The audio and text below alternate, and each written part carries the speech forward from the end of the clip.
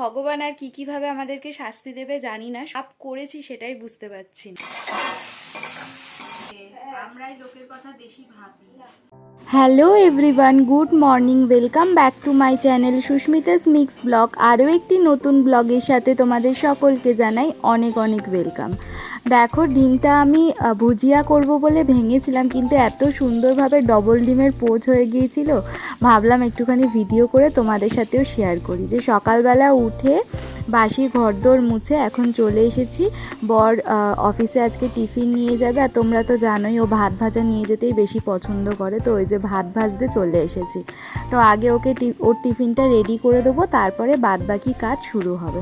এখন ওই 8:30টার মতন বাজে, এখনও ঘুম থেকে ওঠেনি, 9টা বাজলে ওকে ডাকবো।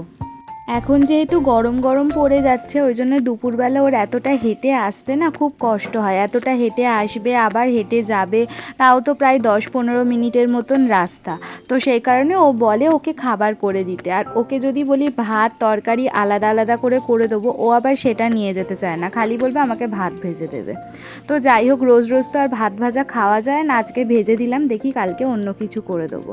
তো দেখো, এখানে মা একটু রাম তুলসী পাতা এনে দিয়েছে, এত কাশি হয়েছে ওর যে কি বলবো। তো রাম তুলসী পাতাটা থেতো করে আর মধু দিয়ে ওকে দিয়েছিলাম খাওয়ার জন্য। তারপরে এই যে ওর জন্য আজকে হরলিক্স আর আমাদের জন্য চা করে নিয়ে চলে এসেছিলাম। তো চাটা খেয়ে ও বেরিয়ে গেছে, মানে ও হরলিক্স খেয়ে বেরিয়ে গেছে অফিসে। আর এইদিকে বাবা নিয়ে চলে এসেছে মাছের মাথা আর মাছ, একটু বাঁধাকপি ছিল, তো মা বলছিল বাঁধাকপিটা মাছের মাথা দিয়ে করবে, তো ওই জন্য বাবা মাছের মাথা নিয়ে এসেছে আর মাছ নিয়ে এসেছে। তো এখন আমি মাছের মাথা মাছ এগুলোকে সব ভালো করে ধুয়ে নুন হলুদ মাখিয়ে রেখে দিচ্ছি। আর মা গেছে ওইদিকে একটু দোকানে, আমি মাথায় কালকে রাতেই তেল মেখে শুয়েছিলাম, তো শ্যাম্পু করব, ওই জন্য মা আমাকে শ্যাম্পু এনে দিতে গেছে। আর আমি এদিকে নুন হলুদটা মাখিয়ে চাপা দিয়ে রেখে দেবো, আমি স্নান করতে যাব, আর মা ততক্ষণে রান্নাটা শুরু করবে।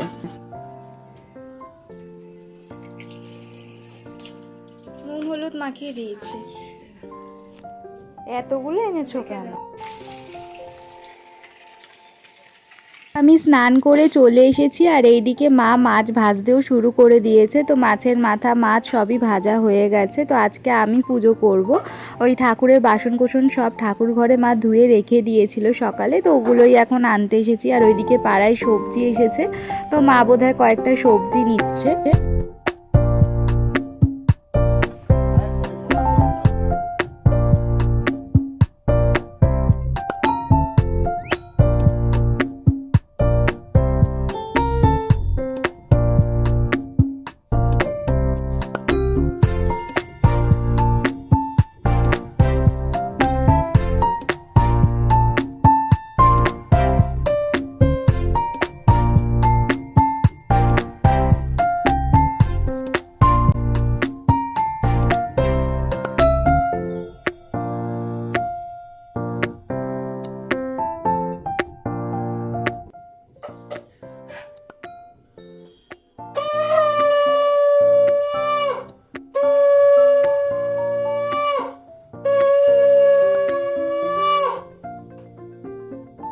তো পুজো টুজো করে এই যে চলে এসেছি, মা আর আমি টিফিন করব বলে। তো সকালবেলা বরকে ভাত ভেজে দিয়েছিলাম, আর বাবারও আজকে ভাত ভাজা নিয়ে কাজে যাওয়ার কথা ছিল, কিন্তু পরে বাবার কাজে যায়নি, অন্য একটা কাজে গেছে, সেই কারণে আর দুপুরের খাবারটা নিয়ে যায়নি।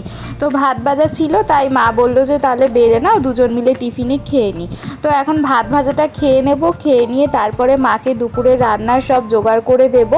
আর সামনেই হচ্ছে আমাদের বিয়ে বাড়ি, শনিবার দিন আমাদের বিয়ে বাড়ি আছে, তো ওই জন্য মা মাথায় একটু কালি করবে, তাই মাকে বললাম তুমি খেয়ে দে, মাথায় কালি করে নাও, ততক্ষণে আমি সবজি টবজিগুলো কেটে দিচ্ছি।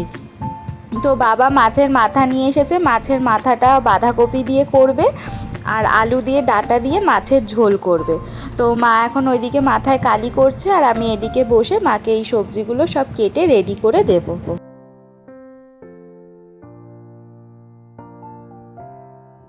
তো এই যে এদিকে আমার রান্নার সমস্ত জোগাড় হয়ে গেছে কমপ্লিট।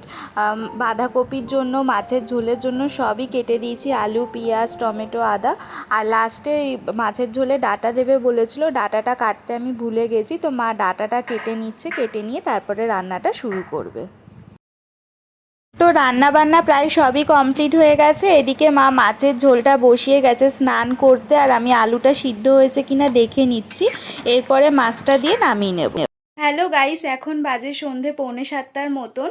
তো দুপুরের পর থেকে ব্লগটাকে আর কন্টিনিউ করা হয়নি, খাওয়া দাওয়া করে বেশ কিছুক্ষণ শুয়েছিলাম, তারপরে এই উঠে ঘরদোর পরিষ্কার করলাম, সন্ধে দিলাম, আর এখন একটু পাস্তা বানাচ্ছি সন্ধ্যের টিফিনের জন্য।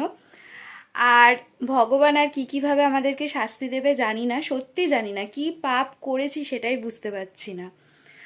গত বছর এপ্রিল মাস থেকে আমাদের পাম্পে জল ওঠা বন্ধ হয়ে গিয়েছিলো, সেটা মাটি শুকিয়ে গিয়েছিলো, মাটির তলার জল শুকিয়ে গিয়েছিল, সেই কারণে আজকে আবার বিকাল থেকে জল উঠছে না, পাম্প খারাপ হয়ে গেছে। আর আমাদের বাড়ির আশেপাশে না কোনো ভালো পুকুরও নেই বা টিউব কলেরও কোনো ব্যবস্থা নেই, শুধু আমাদের বাড়ির মধ্যে একটাই টাইম কল রয়েছে, তাও আমাদের বাড়িতে 4টে ফ্যামিলি, মানে আমার শ্বশুরমশাইরা 4 ভাই, এক জায়গাতেই আমরা সবাই থাকি। তো সবাই মিলে সকালবেলা, মানে বুঝতেই পারছো 4টে মানুষের জল তোলা মুখের কথা, বলো তো, স্নানের জল, খাওয়ার জল, জামা কাপড় ধোয়া, বাসন ধোয়া, সমস্ত জলটা আমাদের তুলে রাখতে হয় যদি জল না ওঠে পাম্পে। তো বাবা পাম্পটা নিয়ে গেছে, পাম্পই খারাপ হয়ে গেছে, জল শুকায়নি মাটির তলার, পাম্প খারাপ হয়ে গেছে, তো বাবা পাম্প নিয়ে গেছে দোকানে। জানি না আজকের মধ্যে ঠিক করে দেবে কিনা, যদি আজকের মধ্যে ঠিক করে না দেয় তাহলে আবার কালকে সকাল থেকে জল তোলার যুদ্ধ শুরু করতে হবে। আর বুঝতে পারছি না সত্যি যে আমরা কি ভুল করেছি, কি পাপ করেছি, যে ভগবান সব সময়, মানে প্রতিটা ক্ষেত্রে যখনই আমরা কোনো কিছু থেকে ঘুরে দাঁড়ানোর চেষ্টা করছি, ভগবান একটা করে সমস্যা আমাদের সামনে এনে ফেলে দিচ্ছে। সত্যি বুঝতে পারছি না কি পাপ করেছি।